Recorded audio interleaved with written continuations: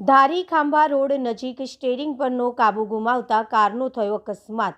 Santro car road ઉપરથી ઉતરીને રોડની બાજુમાં આવેલા ઝાડ સાથે અથડાઈ। આ અકસ્માતમાં કાર ચલાવનારને ઈજાઓ થઈ હોવાની માહિતી મળી રહી છે। ઘટનાની જાણ થતાં જ ધારી પોલીસ પહોંચી ઘટના સ્થળે સ્થાનિકોની મદદથી ઈજાગ્રસ્તને તાત્કાલિક સિવિલ હોસ્પિટલ રિફર કરવામાં આવ્યા। એડિટર સુનિલ રાઠોડ।